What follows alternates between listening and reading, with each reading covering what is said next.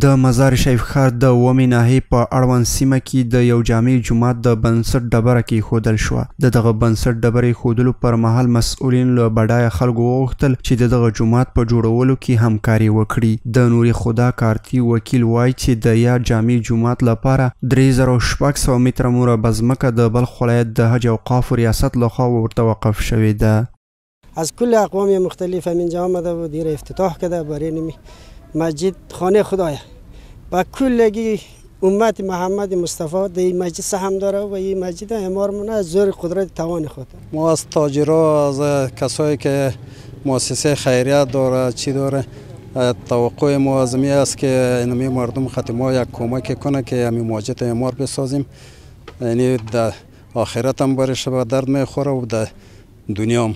له بل خوا د نور خدا کارتي اړوند د یو جومات امام د اسلام له نظره جوماتونو د جوړولو ارزښت په اشارې سره وویل چې دغه جومات به د ټولو امکاناتو په درلودلو سره جوړ او د یادې سیمې اړوند ماشومان به پکې هم دینی زده کړې ترسره کړي.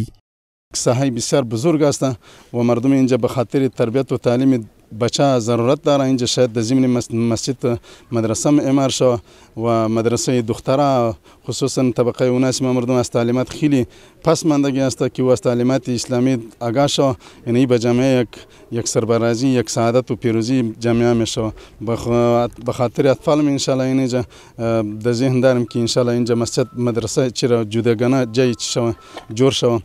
د یادونې وړ ده چې د اسلامي امارت په بیا واکمنۍ سره د دینی مدرسو او جوماتونو د جوړولو بهیر پراخ شوی دی.